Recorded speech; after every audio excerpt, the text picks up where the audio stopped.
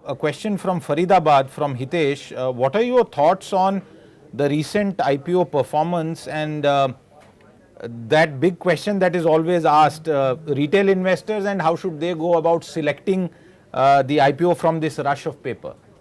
As far as the IPOs, I'm not a big fan of IPO because most of the time, I mean, for my size, first thing is to get allocation is a big problem. Even if you like something, you can't get what you want to buy. You want to buy 5, 10, 15 crores worth of stuff, you can't get. Because the allotment system is such that, but for retail, yes, it could be a great opportunity. But if you're an investor into the market, there is no difference between a listed company in the same segment and a new company coming from IPO. But there is a lot of excitement about the new companies because their time of listing, because of scarcity of supply and a lot of demand by the institutional investors, you always see 30-40% pop, and that becomes a big attraction for the retail to apply into the IPO and make that one time kind of a casino kind of gain in the IPO. So if you're looking for that kind of one time gain, obviously the game is on. Look at the premium and go after subscribing whatever is the economics.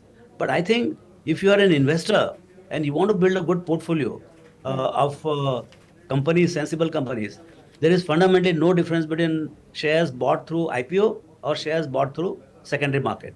So you can see if there is a company which is completely new, some digital companies coming to the IPO, and that kind of company is not there in the market. Obviously, you must look at it very peacefully, whether this company has the merit of, because what happens is in the completely new segment, even the market is not aware of the prospect of those companies. So Yeah. if you as an investor, you have better understanding of that particular company or the industry, of course you will have an edge over the rest of the pack in buying those stocks in IPO. Raamdeo sir, since you said that allocation is a big problem, of course for big players like you, but also for retail investors, they usually end up not getting the IPOs that they are looking at, and of course there is this overheating of huge subscriptions that we are looking at. Do you think there is a need for regulatory intervention here? Some kind of changes that are required in the IPO space? I think they have made the market very efficient. People are still listing, and all kinds of regulatory action is on.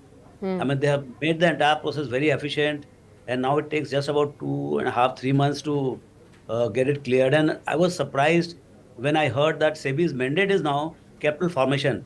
So the SEBI is doing everything to see that deserving IPOs they get cleared very quickly and get listed. I'm not as I said, I'm not from that banking background. Sure. So the guys who are handling IPOs, they will be able to guide if there is any, and I think they have a good listening in SEBI if there is any proposal to be and Right. anything to be kind of a changed to for the better working of IPO process. I think they would be willing to listen.